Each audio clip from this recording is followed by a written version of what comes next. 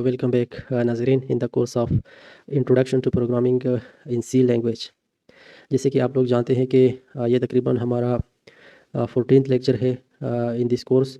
और इससे पहले जो लेक्चर्स हमने रिकॉर्ड किए हैं उसमें हमने आगाज़ किया था इंस्ट्रक्शंस इन सी लैंग्वेज। फिर इसके हमने मुख्तलिफ टाइप्स डिस्कस करना शुरू किए थे और हमने डिक्लेरेटिव इंस्ट्रक्शंस पढ़े थे, अरिथमेटिक इंस्ट्रक्शंस हमने पढ़े थे और कुछ असाइनमेंट इंस्ट्रक्शंस भी हमने पढ़े थे। आज हम जो सबसे इम्पोर्टेंट सेक्शन है इसी कोर्स का, जिसमें हम इंस्ट्रक्शंस इसी लैंग्वेज पढ़ रहे हैं अभी, तो ये इसका थर्ड कैटेगरी आप इसको समझिए या इसका तीसरा टाइप आप कंसीडर करें सी इंस्ट्रक्शंस का। जैसे कि आप स्क्रीन के ऊपर देख सकते हैं द कंट्रोल इंस्ट्रक्शंस। तो आज हम इसको डिस्कस करेंगे कंट्रोल इंस्ट्रक्शंस क्या होते हैं और ये हम क्यों यूज़ करते हैं और ये हमारे लिए काम कैसे आसान करते हैं। तो ये जो कंट्रोल इंस्ट्रक्शंस होते हैं ये बेसिकली आपकी प्रोग्राम जो होती है, जो कोड आप लिखते हैं उसका एग्जीक्यूशन कंट्रोल करने के लिए यूज़ किया जाता है।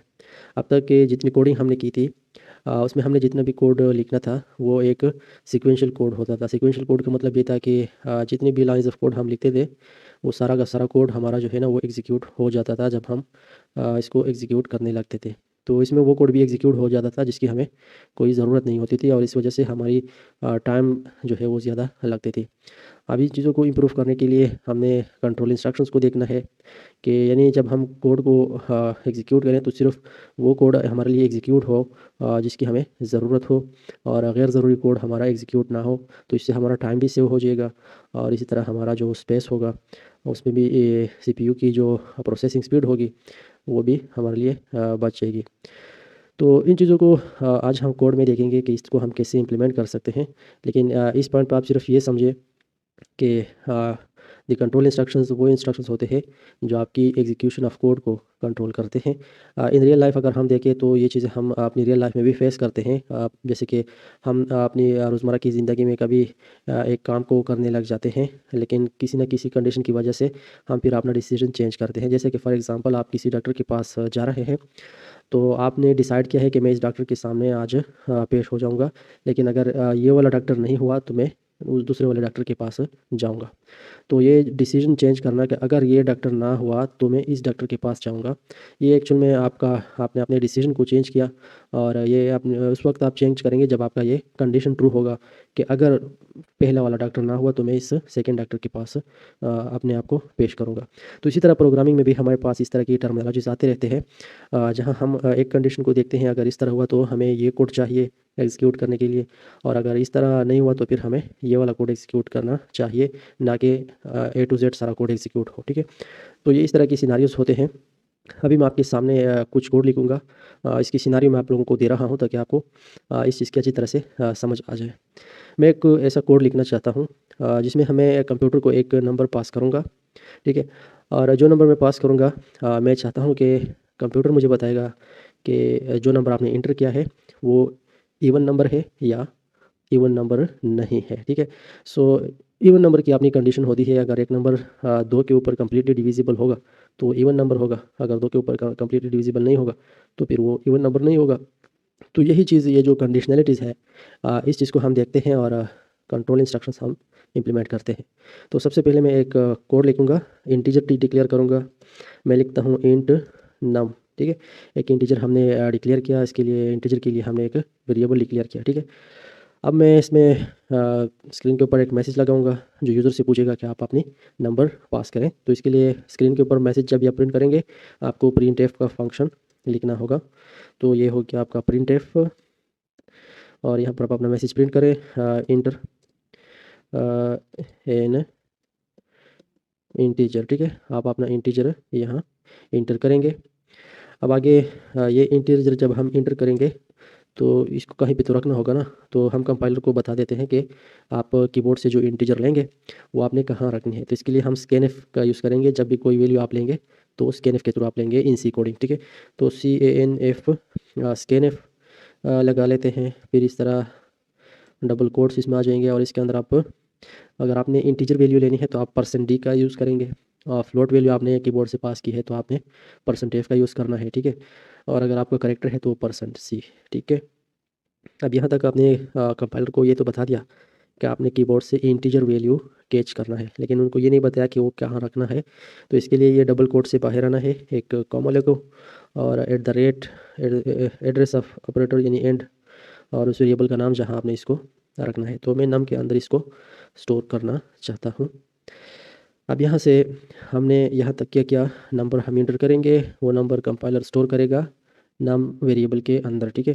आप कंडीशन हम लगाएंगे। देखिए ये जो कंट्रोल डिसीजन कंट्रोल इंस्ट्रक्शंस है, इसको हम बेसिकली 4 तरीक़ों से इम्प्लीमेंट कर सकते हैं। एक होता है if statement, if else statement, switch statement है, और फिर कंडीशनल ऑपरेटर्स का यूज़ हम करके अपना डिसीजन कंट्रोल इंस्ट्रक्शन इम्प्लीमेंट कर सकते हैं। बट एट दिस स्टेज हम इन सारों को डिस्कस नहीं कर रहे हैं। मैं सिर्फ आपको इफ़ स्टेटमेंट अभी समझाऊंगा कि इफ़ कंडीशन को आपने कैसे इम्प्लीमेंट करना है और इसके जरिए आप अपना काम कैसे चला सकते हैं। फिर हम इसके बाद इफ़ एल्स की भी बात करेंगे, स्विच की भी बात करेंगे, और कंडीशनल ऑपरेटर्स को यूज़ करके कैसे इम्प्लीमेंट की जा सकती है इसकी भी बात करेंगे। बट एट दैट टाइम मैं सिर्फ इफ़ स्टेटमेंट की बात करूँगा। सो देखिए यह जितना कोड है, इसी कोड में हमने अपनी वैल्यू प्रेस की है, ठीक है, और कंपाइलर को हमने दे दी है, उन्होंने नम वेरिएबल के अंदर वो वैल्यू रख ली है। अब मैंने कंडीशन लगानी है उस वैल्यू के ऊपर कि क्या वो वैल्यू जो हमने पास की है वो इवन नंबर है या इवन नंबर नहीं है। तो इसके लिए ज़ाहिर है जब भी आप कंडीशन लगाएंगे या तो इफ़ के ज़रिए लगाएंगे या इफ़ एल्स के ज़रिए लगाएंगे, स्विच या कंडीशनल ऑपरेटर्स। अभी हम इफ़ का यूज़ करते हैं। तो इफ़ का यूज़ आपने कैसे करना है इसको आप गौर से देखें। ये आपने इफ़ लिख दिया, ये आपने पैरेंथेसिस डाल दिया, ठीक है। अब इसके अंदर आपने कोई डबल कोट्स नहीं डालने हैं, ठीक है। डायरेक्ट आपने अपना कंडीशन लिखना है। सो कंडीशन क्या होता है, आपको पता है कि जब भी आप किसी नंबर को चेक करते हैं कि क्या वो इवन नंबर है या नहीं है, तो इसके लिए आप उस नंबर को 2 के ऊपर डिवाइड कर देते हैं, और अगर इसका रिमाइंडर 0 आ जाता है तो फिर वो इवन नंबर है, और उसका रिमाइंडर अगर 0 नहीं है तो फिर वो इवन नंबर भी नहीं है। तो हम इफ़ के अंदर लिखते हैं इफ़ जो नम है यानी जो वैल्यू हमने रखी है नम के अंदर, अगर उसको हम डिवाइड करते हैं। अब ये डिवीज़न भी मैंने आपको बताया था कि एक आर्म डिवीज़न होता है और एक मॉडुलस वाला डिवीज़न होता है। मॉडुलस वाला डिवीज़न आपको क्या रिटर्न करता है, वो आपको रिटर्न करता है रिमाइंडर, और इन दिस केस हमें रिमाइंडर चाहिए। हम रिमाइंडर को देखेंगे, अगर रिमाइंड 0 होता है तो मतलब ये है कि ये आपका जो नंबर है वो इवन नंबर है। अगर रिमाइंडर 0 नहीं होगा तो इसका तो ये मतलब है कि आपका नंबर इवन नहीं है। तो इसलिए नम को हम मॉडुलर ऑपरेटर के साथ डिवाइड करेंगे बाय 2, ठीक है। तो ये डिवीज़न अगर आपका इक्वल आ जाता है, क्योंकि ये जो मॉडुलर ऑपरेटर यहाँ पर हमने यूज़ किया है, ये हमें रिटर्न करता है रिमाइंडर। सो अब ये जो रिमाइंडर रिटर्न होगा वो अगर 0 के बराबर होता है, इस तरह आपने इज़ इक्वल टू 2 दफ़ा लिखना है, ठीक है। अगर आप 1 टाइम लिखेंगे तो ये असाइनमेंट होगा। मैंने आपको पहले भी बताया था कि इन दोनों में फ़र्क है। अगर आपने इक्वलिटी के लिए कुछ यूज़ करना है तो आपने डबल असाइनमेंट ऑपरेटर्स लिखने हैं, जैसे यहाँ पर लिखा गया है। अगर आप सिंगल असाइनमेंट ऑपरेटर लिखेंगे तो आप एक्चुअल में किसी वैल्यू को असाइन करते हैं टू द नम, ठीक है, तो गलत होगा। इज़ इक्वल टू 0, ये आपने कंडीशन लिख दिया इफ़ का जो कंडीशन है। इसके बाद आपने कोई सेमीकोलन भी नहीं लगानी है, और इसके बाद जो होता है वो इफ़ की बॉडी होती है, ठीक है। इफ़ की क्या होती है, इफ़ की बॉडी होती है जिसको हम कर्ली ब्रैकेट में लिखते हैं। अब ये जो इफ़ की बॉडी है, ठीक है, एक होता है इफ़ का कंडीशन और एक होती है उसकी बॉडी, ठीक है। तो इफ़ में तो आप कंडीशन लिख लेते हैं, और उस कंडीशन के ट्रू होने पर जो कोड आप एग्जीक्यूट करना चाहते हैं, जो कुछ आप प्रिंट करवाना चाहते हैं, जो आपका कोड होता है, वो आपने यहाँ बॉडी के अंदर लिखना होता है। तो अब मैं चाहता हूँ कि अगर ये कंडीशन ट्रू हो तो क्या प्रिंट होना चाहिए, तो फिर एक मैसेज प्रिंट होना चाहिए जिसमें ये लिखा गया हो कि आपका नंबर इवन है।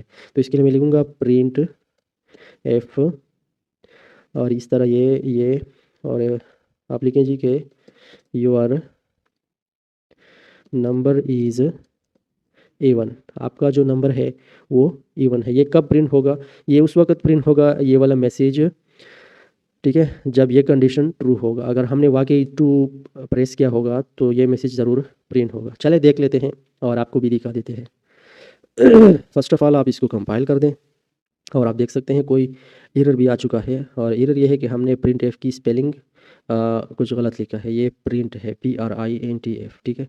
चलिए दोबारा इसको कंपाइल कर देते हैं। अभी इसी कोड में कोई एरर नहीं है। अब इसको रन कर देते हैं, और रन करने पर यहाँ पर हमसे एक नंबर पूछा जा रहा है कि आप अपना नंबर इंटर करें। तो देखते हैं, मैं 2 को इवन नंबर को इंटर कर देता हूँ, और रिज़ल्ट देखते हैं कि क्या ये मुझे सही जवाब देता है या गलत। तो मैंने 2 इंटर किया, और ये इंटर हमने प्रेस किया और नीचे आप देख सकते हैं लिखा गया है कि योर नंबर इज़ इवन। ठीक है, तो हमारा नंबर इवन है।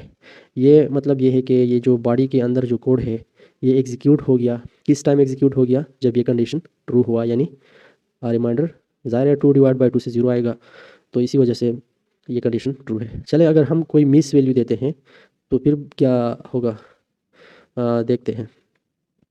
पहली दफ़ा हमने 2 दिया था, अब हम देंगे 5।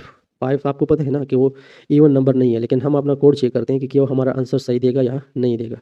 तो अभी आप देखें 5 हमने प्रेस किया और इंटर दबा दिया।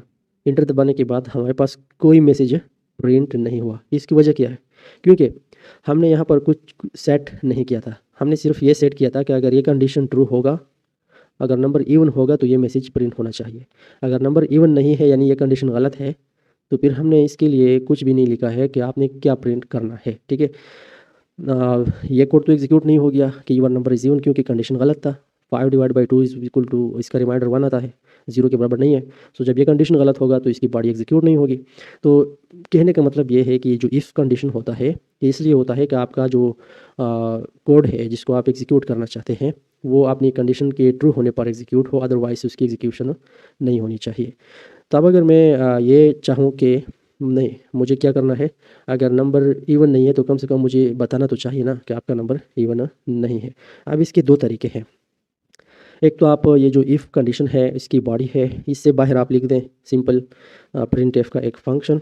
ठीक है, प्रिंट एफ आपने लिख दिया और इसके अंदर आप वही लिखें कि मतलब ये है कि अगर ये वाला कोड एग्जीक्यूट नहीं होगा तो इसका मतलब ये कि नंबर इवन नहीं है, तो ये मुझे बताना चाहिए कि आपका नंबर इवन नहीं। तो मैं यहाँ पर मैसेज प्रिंट करूँगा कि your number is uneven. ये अब हर सूरत में एग्जीक्यूट होगा ये लाइन ऑफ कोड, अगर आपका कंडीशन ट्रू है या गलत है, क्योंकि ये हमने इफ़ के बॉडी से बाहर लिखा है। ठीक है, तो अगर कंडीशन ट्रू होगा तो भी ये मैसेज प्रिंट होगा और अगर कंडीशन गलत होगा तो भी ये मैसेज प्रिंट होगा। आप देखिए ये हो गया आपका।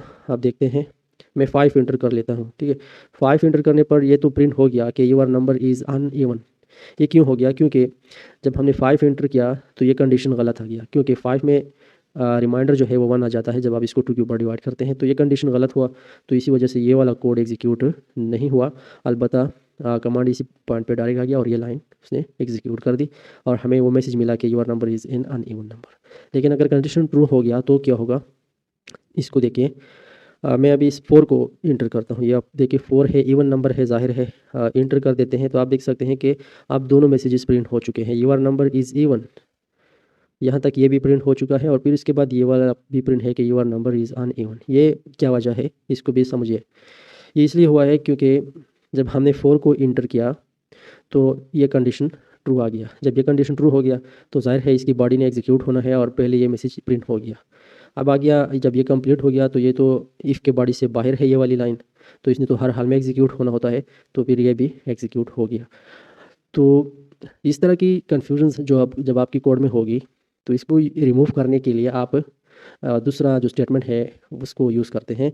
यहाँ से कम इतना तो आपको अंदाज़ा हुआ होगा कि इफ़ स्टेटमेंट जो है ये हमारे लिए इनफ नहीं है 100%, इसमें भी कुछ इस तरह के इश्यूज आ सकते हैं। ठीक है, तो इन चीज़ों को टैकल करने के लिए, इन चीज़ों को कवर करने के लिए हमने इफ़ के अंदर इम्प्रूवमेंट लेके आए और इसके अंदर हमने इफ़ एल्स का भी इजाफा किया। अब इफ़ एल्स क्या है? इफ़ एल्स ये है कि वो आपकी अल्टरनेट कंडीशन जो है, ये बाई कंडीशनल आप इसको समझिए। अगर इस तरह हुआ तो ये प्रिंट होना चाहिए और अगर इस तरह नहीं हुआ तो ये प्रिंट होना चाहिए। ठीक है, इस तरह नहीं हो सकता कि इफ़ में फिर आपके पास ये दोनों बातें आ जाए। ठीक है, जैसे इफ़ आपने यहाँ पर लिखा है। ठीक है, अब अगर मैं इसको एल्स के साथ जोड़ूंगा तो आप देख सकते हैं मैं सिर्फ यहाँ पर लिखता हूँ एल्स। ठीक है, इसमें हमने सिर्फ एल्स का इजाफा किया है जो दूसरा मैसेज है इसके लिए। ठीक है, और इस तरह अगर आप इसको एल्स की बॉडी बनाना चाहते हैं तो आप कर्ली ब्रैकेट लगा सकते हैं इस तरह। ठीक है, ये बाय द वे ये बॉडी लगाना उस वक्त ज़रूरी होता है जब आप किसी कंडीशन के, इफ़ कंडीशन हो या एल्स कंडीशन हो, उसके बाद आप एक से ज़्यादा स्टेटमेंट्स लिखने चाहते हैं तो आपने ये कर्ली लगानी होती है। अदरवाइज़ अगर आपकी इसी तरह एक सिंगल स्टेटमेंट है तो आपको ये बॉडी लगाने की ज़रूरत, ये कर्ली लगाने की ज़रूरत नहीं होती।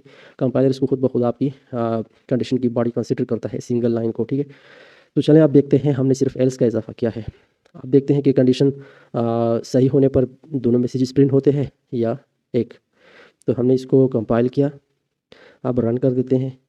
और रन करने के बाद जब हमने पहले 4 इंटर किया था तो ये मैसेज भी प्रिंट हुआ कि योर नंबर इज़ इवन, और साथ ही साथ वो मैसेज भी प्रिंट हुआ कि योर नंबर इज़ अनइवन। अब मैं दोबारा 4 को प्रेस करता हूँ और आप देखते हैं कि कौन सा मैसेज प्रिंट होता है। आप देखें, अब यहाँ पर प्रिंट हुआ है कि योर नंबर इज़ इवन। वो जो दूसरा मैसेज प्रिंट हुआ था इससे थोड़ी देर पहले कि योर नंबर इज़ अनइवन, वो भी इसी के साथ यहाँ आया था, ठीक है। अब वो नहीं है क्योंकि वो अब हमने एल्स की कंडीशन में बंद किया हुआ है। अब हमने कंपाइलर को बताया है कि अगर ये कंडीशन ट्रू होता है तो ये वाला कोड एग्जीक्यूट होना चाहिए, ठीक है। और अगर ये कंडीशन गलत होता है एल्स, तो फिर ये वाला कोड एग्जीक्यूट होना चाहिए, ये print if your number is uneven, ठीक है। तो एल्स की वजह से हमें अपनी इफ़ कंडीशन में इम्प्रूवमेंट मिलती है, ठीक है। इससे हमारी जो है ना अपनी कोड जो है उसमें हम इसका स्ट्रक्चर बेहतर कर सकते हैं, ठीक है। अब यहाँ आप एफ़ की या एल्स की बॉडी में मल्टीपल लाइंस ऑफ कोड लिख सकते हैं। हो सकता है यहाँ आपका 50 लाइन ऑफ कोड हो, 60 लाइन ऑफ कोड हो, ठीक है। तो ये कंडीशंस आपको ये फ़ायदा देता है कि अगर आप इसको लगाएंगे तो सिर्फ वही कोड एग्जीक्यूट होगा जो इस कंडीशन के उस साथ बाउंड होता है, ठीक है। अगर कंडीशन आप हटाएंगे तो आपका सारा कोड एग्जीक्यूट होगा और इससे आपका टाइम और सीपीयू आपकी जो मेमोरी है उसकी प्रोसेसिंग जो है वो ज़्यादा होगी। तो ये सारी कहानी है इफ़ स्टेटमेंट और एल्स स्टेटमेंट की। अब एक और है एल्स इफ़, ठीक है। एल्स इफ़ इस तरह इसका आप एक लेटर बना सकते हैं जिसके ऊपर हम बाद में बात करेंगे। स्विच और कंडीशनल ऑपरेटर्स की भी बाद में हम बात करेंगे। आज का लेक्चर ऑलरेडी हमने थोड़ा लेंथी किया है, तो मेरे ख्याल से इतना काफ़ी है। मिलते हैं नेक्स्ट लेक्चर में। अल्लाह हाफ़िज़।